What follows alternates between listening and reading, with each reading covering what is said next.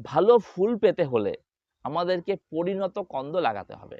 মোটামুটি জাত অনুযায়ী ২.৫ থেকে ৩ মাসের মধ্যে গাছে ফুল আসে। কিন্তু অনেক সময় দেখা যায় ৬ মাস ৭ মাস অতিক্রান্ত হলেও সেই গাছ থেকে ফুল আসে না।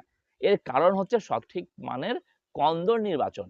আমরা যখন এই গাছগুলোকে মাটি থেকে তুলবো বা মার্কেটেও আপনারা যখন দেখবেন রজনীগন্ধার কন্দ বিক্রি হচ্ছে, তার মধ্যে দেখবেন মাঝখানের যে অংশটা সেটা সবথেকে মোটা থাকে। তারপরে আস্তে, আস্তে সেই সাইজ ছোট হতে, হতে একদম সাইডে গিয়ে ছোট, ছোট কন্দে পরিণত হয়ে যায়। সাইডের যে ছোট কন্দগুলো সেগুলো কিন্তু অপরিণত কন্দ। সেইগুলো যদি আপনারা লাগান সেখান থেকে গাছ হবে প্রচুর, কিন্তু ফুল পেতে অনেক সময় লেগে যায়। অনেক সময় ২ বছরেও ফুল আসে না। কিন্তু আমরা যদি মাঝের এবং সাইডের পরিণত কন্দগুলো লাগাই ২.৫ থেকে ৩ মাসের মধ্যে গাছে ফুল চলে আসবে। এইটা কিন্তু মাথায় রাখতে হবে।